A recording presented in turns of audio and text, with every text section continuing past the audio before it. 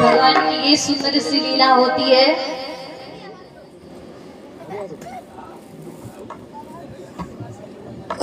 इसी बीच कुछ और दान स्वरूप मुद्राएं मुझे प्राप्त हुई हैं। पुष्पेंद्र यादव जी की तरफ से 51 रुपए, राम अवंत यादव जी मुजफ्फरपुर, उनकी तरफ से भी 51 मुद्राएं प्राप्त हुई हैं। प्रमोद मुजफ्फरपुर की तरफ से भी 11 रुपए की मुद्राएं प्राप्त हुई हैं। और रेल मंत्री जी की तरफ से 101 मुद्राएं प्राप्त हुई हैं। शतलाल यादव जी की तरफ से भी 51 मुद्राएं प्राप्त हुई हैं। बजरंगी जी जिसके निज निवास स्थान है उनकी भी तरफ से 151 मुद्राओं का भेंट स्वरूप प्राप्त हुआ है। और संजय मुजफ्फरपुर की माता जी की तरफ से भी 101 रुपए की दान मुद्रा प्राप्त हुई है। ददौ की माता जी की तरफ से भी 51 रुपए की मुद्राएं प्राप्त हुई हैं। राम प्यारे जी की तरफ से भी 101 रुपए की मुद्राएं प्राप्त हुई हैं। और इसी बीच हम लोगों का भी नाम लेना चाहेंगे जो श्रीमद् भागवत कथा में अपना सहयोग कर रहे हैं, उनके भी नाम।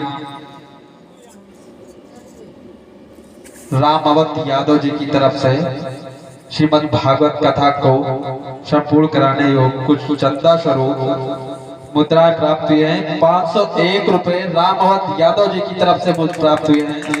और गंगा प्रसाद लिल्लाही जी की तरफ से भी 501 रुपए की मुद्रा श्रीमद् भागवत कथा को संपन्न कराने और चंदा स्वरूप प्राप्त हुआ है।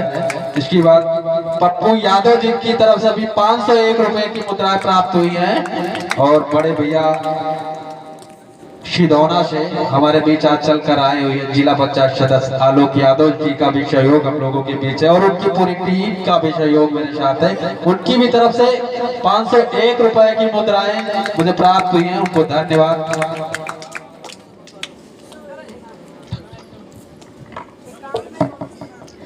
के बिहारी सरकार की बोलिए, राम सरकार की जय।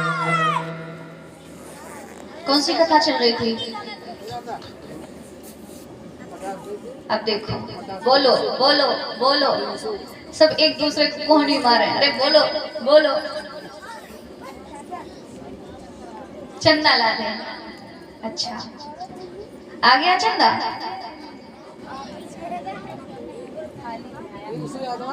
अच्छा, देखो हमारी अम्मा को पूरी कथा याद हो गई।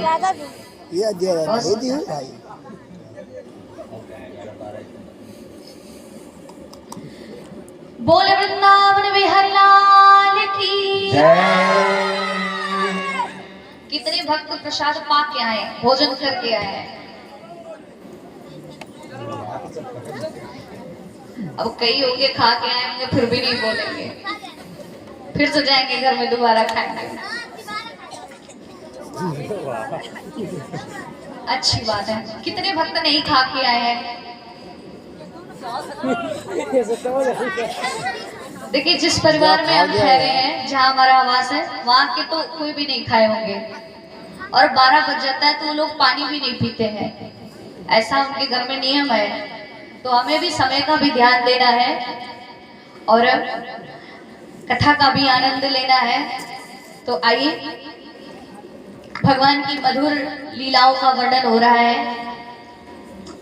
अब भगवान लीला करते हैं माखन चोरी की। किसकी कथा आती है? अब भगवान की माखन चोरी की कथा को सुन करके आप भी मत चुराने लगना, क्योंकि कन्हैया तो चुरा रहे हैं पर तुम्हें मना कर रहे हैं। ये चोरी वोरी का काम मत करना। देखिए भगवान क्या चुरा रहे हैं, भगवान सबका चित्त चुराते हैं, इसीलिए उनको चित्त चोर कहा जाता है। अच्छा बताओ, जिसके घर में कितनी गैया है, लाखों लाखों की संख्या में गैया है, बताओ उस घर के बालक को माखन चुराना पड़ेगा? अगर चुरा रहा है तो कोई ना कोई बात तो जरूर होगी। सही है ना? नंद बाबा के पास इतनी गैया कि नंद बाबा ने लाखों लाखों गैया तो कान्हा के जन्मोत्सव पर दान किए हैं। उनके घर में खुद का एक कमरा है जहां पर इतना माखन रखा है कि पूछो नहीं। पर कन्हैया माखन चोरी करते हैं। इसका रहस्य क्या है? आइए कथा को सुनते हैं। एक दिन भगवान सोचते हैं ये लीला मुझे करनी है, कैसे करूं, क्या करूं? तो कहते हैं कि चलो घर से चालू करते हैं, घर में पक्के हो जाएंगे तो बाहर नहीं पकड़े जाएंगे। पहले घर से चालू करते हैं। सो चुपके से कन्हैया पीछे हाथ करते और धीरे धीरे दबे पांव कमरे में जाने लगते हैं। वहां पर मटकी रखी है, बड़े बड़े हंडे रखे हैं माखन के। सो हाथ डालते हैं, माखन निकालते। ओ भैया, वहीं पर एक कांच रखा था। क्या रखा था? कहे तो शीशा, दर्पण। अब कन्हैया ने उसमें देखा एक बालक और दिख गया, वो भी काला कलूटा सा खड़ा होकर के मक्खन चुराने आया खाने के लिए। अब कन्हैया ने देखा कि ये हमें देख रहा है, तो कहने लगे, देखो तुम माखन चुरा रहे हो, ये बात हमारी मैया जानेगी तो बहुत डांटेगी, इसलिए हम समझा रहे हैं आपको। आप भी बालक हो, हम भी बालक हैं। आप भी माखन खाने के लिए आए हो, हम भी माखन खाने के लिए आए हैं। चोरी से तुम भी आए हो, चोरी से मैं भी आया हूँ। चोर चोर बोलो मौसेरे भाई, मतलब हमारी आपकी खूब जमती है। चलो बताएंगे नहीं, खाओ माखन। अब कन्हैया माखन मुंह में लेके जाते हैं और इतने में पीछे से यशोदा मैया आ गई। अब कन्हैया बात बनाने में खूब माहिर है। कहीं ये ना बता दे, पहले उससे पहले हम ही बता देते हैं। मैया सुनो, देखो तो सही, आपके घर में चोर आया है, एक काला कलूटा सा। देखो कैसे माखन खा रहा है। मैया ने कहा चोर आया है? कहाँ है चोर? तो कहा देखो देखो मैया, ये देखो चोर, इधर आओ। अब मैया ने देखा कांच में, आज बलिहारी जाती है भगवान की इस लीला पर, कहती देखो मेरा लाला कितना सयाना हो गया, कितनी अच्छी अच्छी बातें कर रहा है। फिर यशोदा मैया कहती है कि ये चोर नहीं है, कहीं दूसरा नहीं है, चोर हमारा ही लाला है। अच्छा बता लाला, तुझे चोरी करने की क्या जरूरत पड़ी? कहा नहीं मैया, मैं तो चोरी करने ना आया हूँ, मैं तो चोर को पकड़ने आया हूँ। यशोदा मैया खुश होती है, बड़ी प्रसन्न होती है, पूरे गांव में ये चर्चा सुनाती है। फिर एक दिन भगवान क्या करते हैं, फिर से एक लीला करते हैं। कहते दोबारा भी ट्राई कर ले, 2-3 बार घर में जब पक्के हो जाएंगे तो बाहर ठीक से करेंगे चोरी। फिर से लीला करते हैं। फिर से भगवान एक दिन पहुंचते हैं उसी माखन वाले रूम में और माखन निकालते हैं। सो खाने लगते हैं। अब की बार मैया आई है तो क्या ये बात बनावे महाराज, अब की बार क्या समझावे। पर बहाना तो बहाना बनाने वालों को तो बहुत आते हैं, करने वालों को बहुत उपाय करने के लिए, पर कोई ना करना चाहे तो कोई भी उपाय नहीं बचता। ऐसे कन्हैया ने कहा कि मैया बोले वृंदावन बिहारी लाल की। कथा समझ में नहीं आ रही तो क्या किया जाए, आरती किया जाए, गाना गाओ। गाना उनका होते नहीं भैया, गाना आपे गा दो एक तब तक।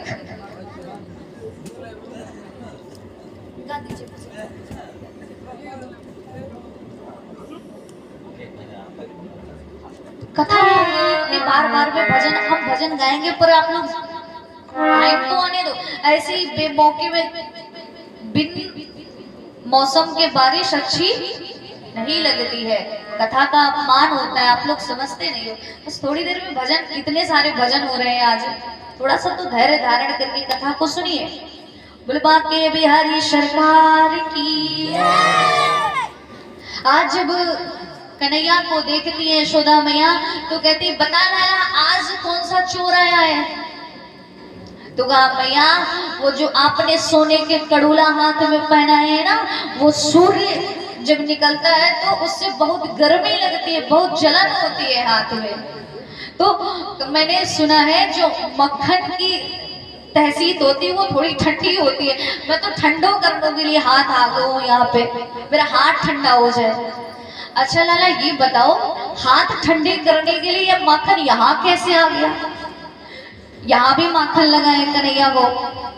तो कहा मैया अब ये हाथ में है ना, हाथ तो शरीर से ही जुड़ा है ना, तो ये जो कंगन है तो ये बहुत गर्म हो जाता है, तो हाथ भी गर्म हो जाता है। अब हाथ मुख से जुड़ा हुआ है तो आते आते यहाँ आ गया, फिर उधर में भी बड़ी गर्मी लगती है इसी कड़ूला की वजह से। सो यहाँ भी गर्मी है तो इसलिए मैंने माखन थोड़ो सो खाए लिया है। मैया बड़ी खुश होती है, बड़ी प्रसन्न होती है, भगवान की ये लीला भी पूर्ण होती है। बोले बाके बिहारी सरकार की। अब भगवान की एक लीला और होती है। भगवान आंगन में, आज आंगन से ही बाहर देखते हैं सीढ़ियों की तरफ घर के, तो वहां पर एक मोर और एक मोरनी नृत्य कर रहे हैं। अच्छा किसी को ये पता है कि भगवान मोर पंख ही क्यों धारण करते हैं? कोई जानता है इस कथा को? बोलो, नहीं जानते तो ध्यान से सुनो। हमने पहले ही सावधान कर दिया, सावधान होकर के कथा को सुनो। इसकी कथा आती है महाराज, संसार में एक मोर ही ऐसा पक्षी है, मोर और मोरनी, कि बिना संभोग के वो बालक को उत्पन्न करते हैं। कैसे? जब मोर रोता है तो उसके अश्रु जमीन पर गिरते हैं और मोरनी उसको पान करती है, तो उसी से मोरनी गर्भवती होती है, बालक को जन्म देती है। आज मोर और मोरनी नृत्य कर रहे हैं। भगवान इसीलिए उस मोर पंख को धारण करते, क्योंकि जहां पर काम नहीं होता वहीं पर राम होता है। जहां पर कामना होती है, वासना होती, वहां पर भगवान नहीं टिकते हैं। और एक इसकी एक कथा आती है। जब श्री राम जी जनकपुर जाते हैं पुष्प वाटिका में, तब माता सीता के जो कंगन है और जो पैरों के नूपुर है, पायल है, वो बजते हैं। आज भगवान के मन में हलचल होती है। लक्ष्मण भैया से कहते हैं सरल स्वभाव, मेरा तो क्षत्रियों का स्वभाव सरल होता है, वो मन कुपंथ पग धरिए न काऊ, कभी ये कुपंथ पर पग भी नहीं धरते। लेकिन आज न जाने मेरे मन में क्यों बेचैनी हो रही है, क्या हो रहा है। तब लक्ष्मण भैया समझाते हैं, और जब माता जानकी और भगवान का मिलन होता है लताओं के ओट से। राम देखा, राम देखे सिया और सिया राम को, चारों अखियां लड़ी की लड़ी रह गई।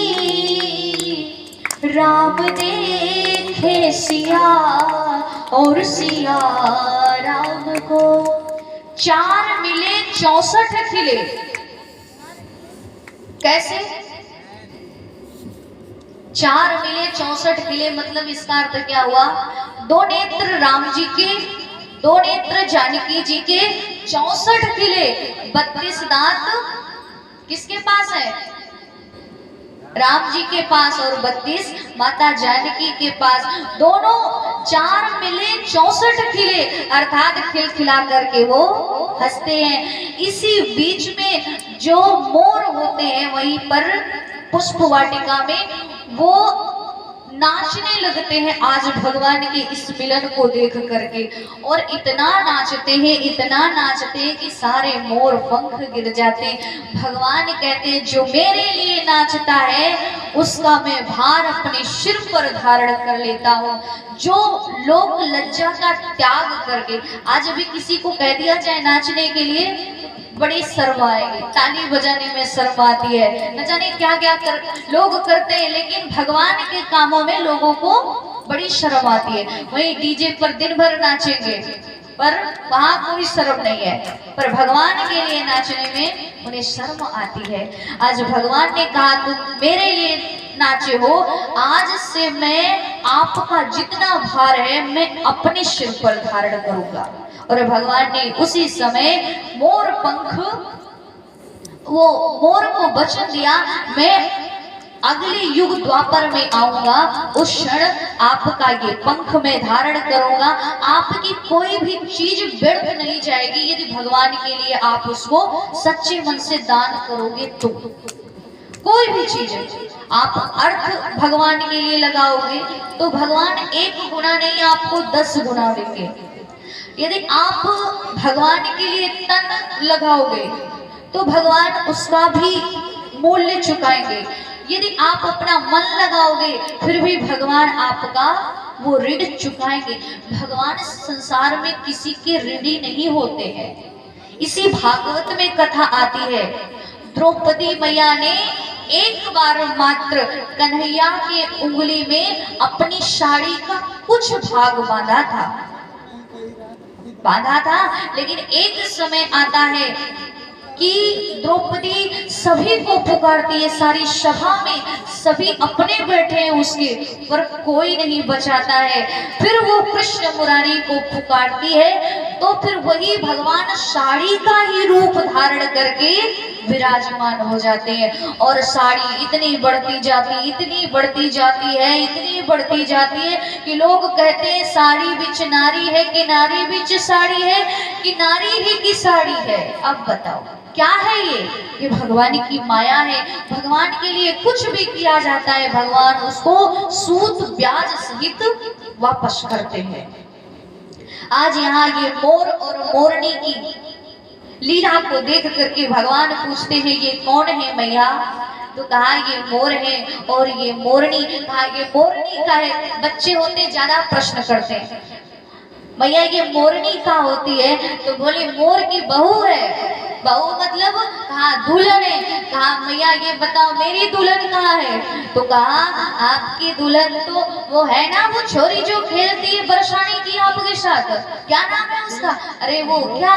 तो कहा मैया राधा। बोले हाँ राधा ये तेरी बहू है। अच्छा मैया मोर के साथ मोरनी है तो मेरी बहू मेरे साथ क्यों नहीं है? मेरी भी दुल्हन मेरे साथ होनी चाहिए। अब मैया ने कहा तेरा ब्याह नहीं हुआ लाला? तो कहा ब्याह नहीं? मैया मेरा ब्याह कब होगा? जल्दी बताओ मैया मेरा ब्याह कब होगा? मैया कहती है अरे लाला लेकर छोटो थोड़ा बड़ो हो जाओ तब ब्याह करोगी। अभी इतने छोटे से लाला को कौन अपनी छोरी देगा? अरे कछु पढ़ लिख के थोड़े बड़े बन जाओ, थोड़ी पढ़ाई लिखाई कर लो, अच्छी नौकरी कर लो, नहीं बहू आएगी तो उसे क्या खिलाओगे? तो कहा मैया वो सब बात बाद में छोड़ो, हम सब कर लेंगे, पहले बताओ मेरा ब्याह कब होगा। कन्हैया जिद करते हैं, क्या कहते हैं, सभी को ये भजन आता है, सभी मिलकर भी करेंगे।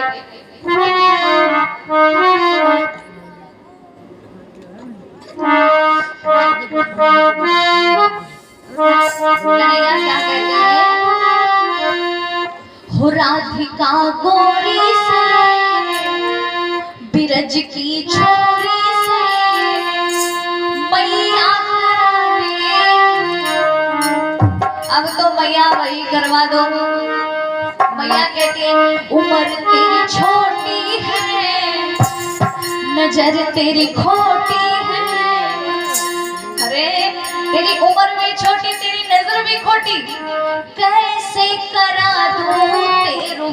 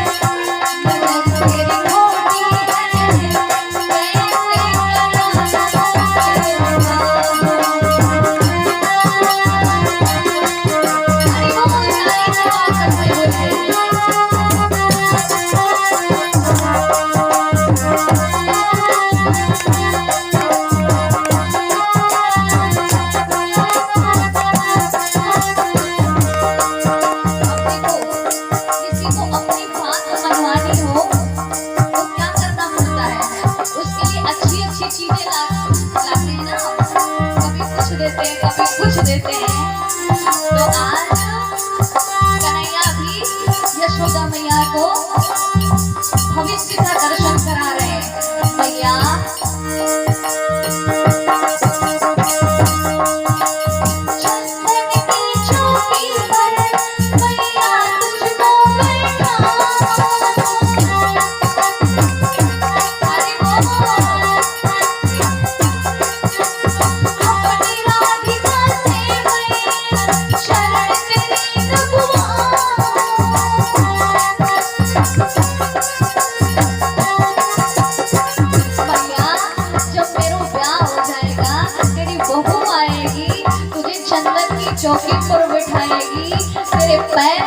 बनाएगी और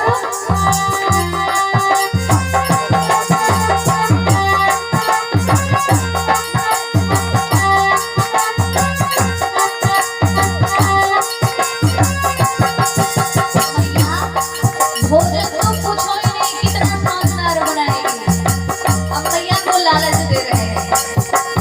चंदन की चौकी पर मैया तुझको बैठाऊं, अपनी राधिका से मिलने शरण तेरे लगवाऊं। भोजन बनवाऊंगा 56 प्रकार के राधिका गोरी से, दुल्हन की छोरी से मैया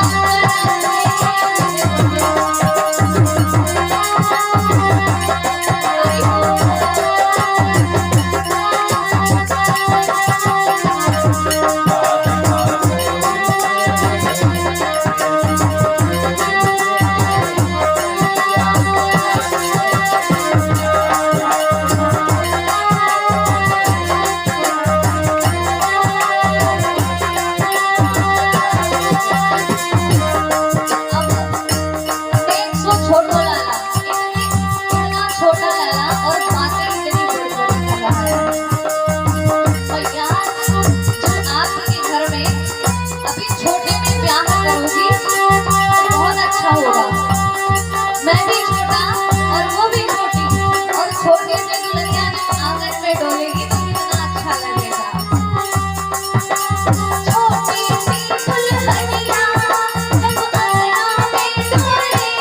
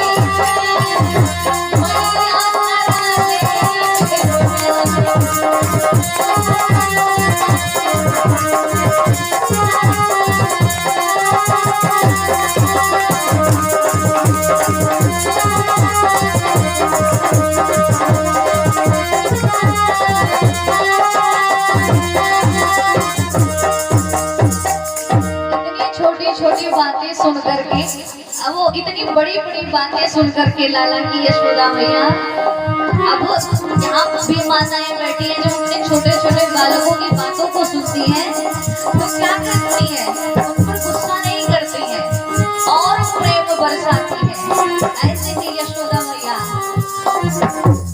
सुन बातें कान्हा की, मैया बैठी मुस्काई।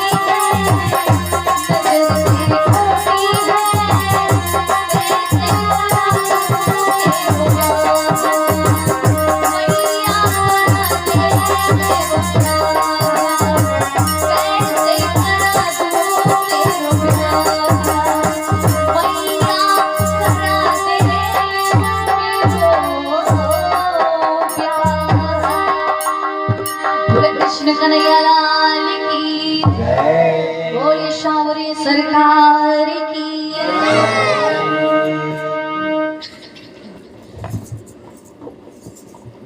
हेलो हेलो, कुछ और भी दान स्वरूप मुद्राएं मुझे प्राप्त हुई हैं। रिंशु